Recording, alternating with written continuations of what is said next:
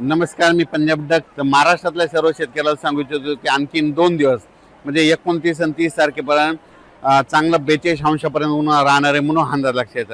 पण त्यानंतर महाराष्ट्रातल्या शेतकऱ्याला सांगू इच्छितो की महाराष्ट्रामध्ये मात्र 31 मे पासून ते 5 जूनच्या दरम्यान दररोज वेगवेगळ्या भागात पूर्व विदर्भ, पश्चिम विदर्भ, दक्षिण महाराष्ट्र, उत्तर महाराष्ट्र, कोकणपट्टी, खानदेश सगळीकडे विखुरलेल्या स्वरूपाचा पाऊस सुरू होणार आहे म्हणून अंदाज लक्षात यायचा. काही काही ठिकाणी जोराचा पाऊस पडणार आहे, त्या पावसामध्ये गारपिटीचं देखील प्रमाण असणार आहे म्हणून हे देखील अंदाज लक्षात येतात. आणि महाराष्ट्रातल्या सर्व शेतकऱ्याला सांगू इच्छितो की एक सर्वप्रथम आनंदाची बातमी, महाराष्ट्रामध्ये 7 जून पासून ते 12-13 जूनपर्यंत महाराष्ट्रामध्ये चांगला मान्सूनचा पाऊस येणार आहे म्हणून हा अंदाज लक्षात यायचा.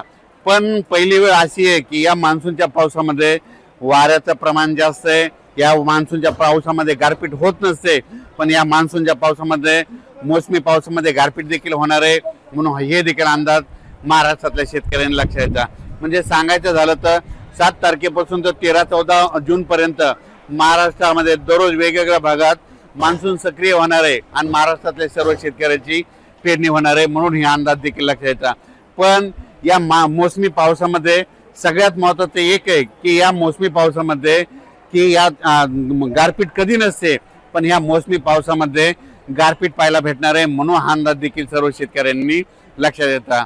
आज मी अयोध्या या ठिकाणी देखील पहाटे पाऊस झाला आणि महाराष्ट्राकडे मात्र 31 मे पासून ते 5 जूनच्या महाराष्ट्रामध्ये दररोज वेगवेगळ्या भागात विखुरलेल्या स्वरूपाचा पाऊस पडणार आहे म्हणून शेतकऱ्यांना शेतीची मशागतीचे कामे करण्यासाठी चांगलं योग्य ठरणार आहे म्हणून हे देखील लक्षात यायचं. आता महाराष्ट्रामध्ये जे पाऊस येणार आहे ह्यामध्ये 31 मे ते 5 जूनच्या दरम्यान याच्यामध्ये मात्र वादळ खूप राहणार आहे, विजेचे प्रमाण जास्त राहणार आहे, काही ठिकाणी गारपीट देखील होणार आहे म्हणून हा अंदाज लक्षात यायचा. हे पाऊस सर्वदूर नाही पडणार, पण भाग बदलत विखुरलेलं सर्वत्र पडणार आहे म्हणून 6 जून पासून ते 12-13 जूनच्या दरम्यान जे मोसमी पाऊस आहे त्याच्यामध्ये त्या पावसामध्ये देखील खूप वाऱ्याचं प्रमाण असणार आहे म्हणून हे देखील लक्षात यायचं. तर तुम्हाला एक सांगतो, हे जे मोसमी पाऊस आहे ते काय होणार आहे, हळूहळू थोडा पुढं सरकत संपूर्ण महाराष्ट्र काय होईल 13-14 जूनपर्यंत संपूर्ण महाराष्ट्रात दाखल होणार आहे. पण त्यानंतर काय होणार आहे, शेतकऱ्याची पेरणी मात्र 2-3 टप्प्यात होईल. जे गडबड करतील त्यांची ईदभर ज्यांच्याकडे ओल जाईल त्यांची पेरणी काय होईल 10-12 जूनला पेरणी लागल, काही जणांची 15 ते 20च्या दरम्यान पेरणी लागल आणि त्याच्यामधून काही जर उरले तर 25 जून ते 30 जूनच्या दरम्यान त्यांची पेरणी लागल आणि त्याच्यामधून जर काही उरले तर 10 जुलै ते 15 जुलैमध्ये एक पाऊस पडणार आहे, त्यामध्ये त्या शेतकऱ्याची पेरणी होणार आहे. पण महाराष्ट्रामध्ये मात्र मान्सून येण्यासाठी खूप पोषक वातावरण आहे. फक्त 2 दिवस 29 आणि 30 2 दिवसात उष्णतेची तीव्र लाट राहणार आहे. 31 मे पासून राज्यातलं वातावरणात बदल होईल. 1 जून पासून काय होणार आहे, उन्हाचा पारा जवळपास 2.5 अंशापासून तर 33-34 अंशापर्यंत वेगवेगळ्या भागात जाणार आहे म्हणून हा अंदाज देखील महाराष्ट्रातल्या शेतकऱ्यांना लक्षात यायचा.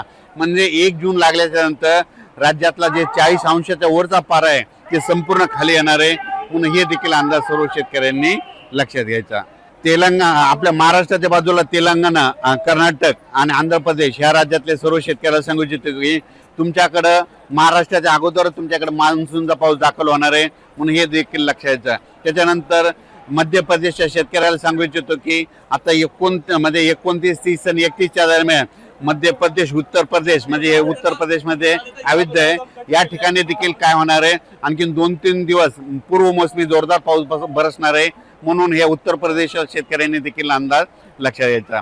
महाराष्ट्रातल्या एक सर्व शेतकऱ्याला सांगू इच्छितो की महाराष्ट्रामध्ये जे मोसमी पाऊस येणार आहे त्या मोसमी पावसामध्ये गारपीट कधीच नसते, पण काय झालं, हे वाढतं तापमान, ग्लोबल वॉर्मिंग, पृथ्वीचं तापमान वाढल्यामुळं या मोसमी पावसात देखील महाराष्ट्रातल्या शेतकऱ्याला मात्र गारपीट पाहायला भेटणार आहे म्हणून हा अंदाज लक्षात यायचा. अचानक वातावरण बदल झाला तर उद्या एक लगेच विषय दिला जाईल. धन्यवाद.